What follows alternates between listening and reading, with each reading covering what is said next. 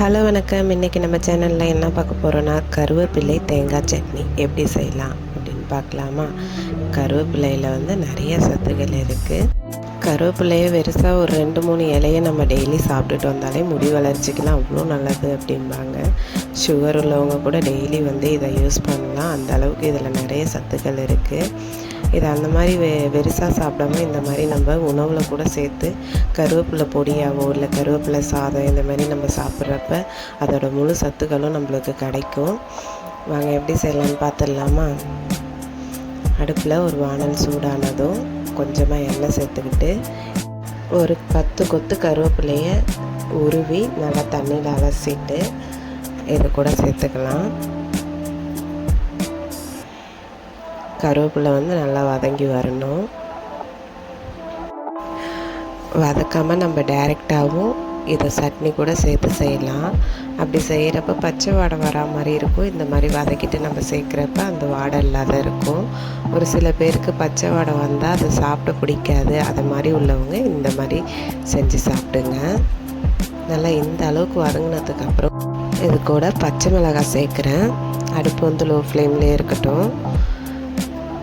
காரத்துக்கு தகுந்த அளவுக்கு பச்சை மிளகாய். இப்போ இது கூட ஒரு 3 பல் அளவுக்கு பூண்டு சேர்க்குறேன். பூண்டு பிடிக்காது அப்படிங்கிறவங்க ஸ்கிப் பண்ணிக்கோங்க. ஒரு அரை மூடி அளவுக்கு தேங்காய் இந்த மாதிரி கீனிட்டு இது கூட சேர்க்குறேன். தேங்காய்லாம் நல்லா வறுபடணுங்கிற அவசியம் இல்லை. மிதமான தீயில இந்த மாதிரி இருந்தாலே போதும்.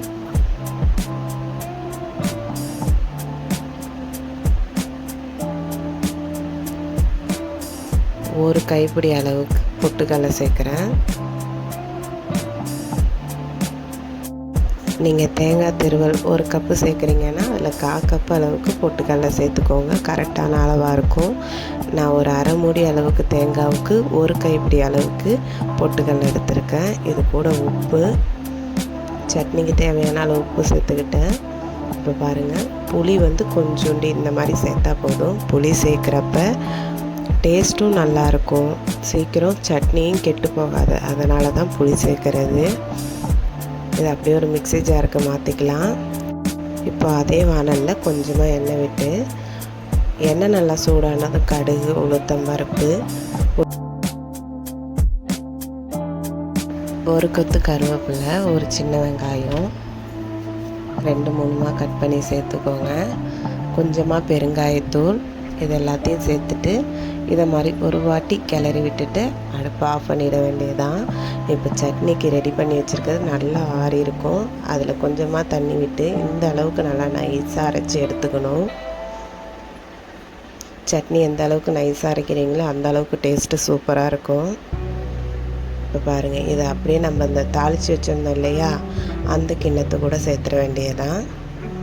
இந்த மாதிரி நல்லா கிளறி விட்டோம்னா சூப்பரான ஒரு கருவேப்பிலை தேங்காய் சட்னி ரெடி ஆகிடும். உப்புலாம் நம்ம பார்த்துட்டு அட்ஜஸ்ட் பண்ணி போட்டுக்க வேண்டியதான். பாருங்கள், பார்க்குறதுக்கே அவ்வளோ சூப்பராக இருக்குது.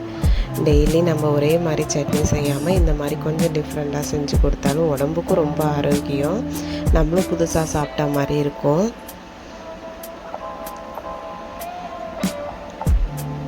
அவ்வளோதான் ஃப்ரெண்ட்ஸ். இதை இட்லி கூட சேர்த்து சாப்பிட்றப்போ அவ்வளோ டேஸ்ட்டாக இருந்துச்சு. நீங்களும் ட்ரை பண்ணி பாருங்கள்.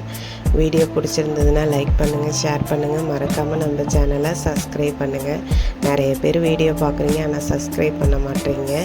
சப்ஸ்கிரைப் பண்ணுங்கள். இதை மாதிரி டெய்லி ஒரு வீடியோஸ் நம்ம சேனலில் வரும். சப்போர்ட் பண்ணுங்கள். இது இட்லிக்குன்னு இல்லை, இட்லி, தோசை எல்லாத்துக்குமே சூப்பராக இருக்கும். நீங்கள் சப்பாத்தி வச்சுருந்தீங்கன்னா சப்பாத்தி கூட இந்த சட்னி சூப்பராக இருக்கும். ட்ரை பண்ணி பாருங்கள்.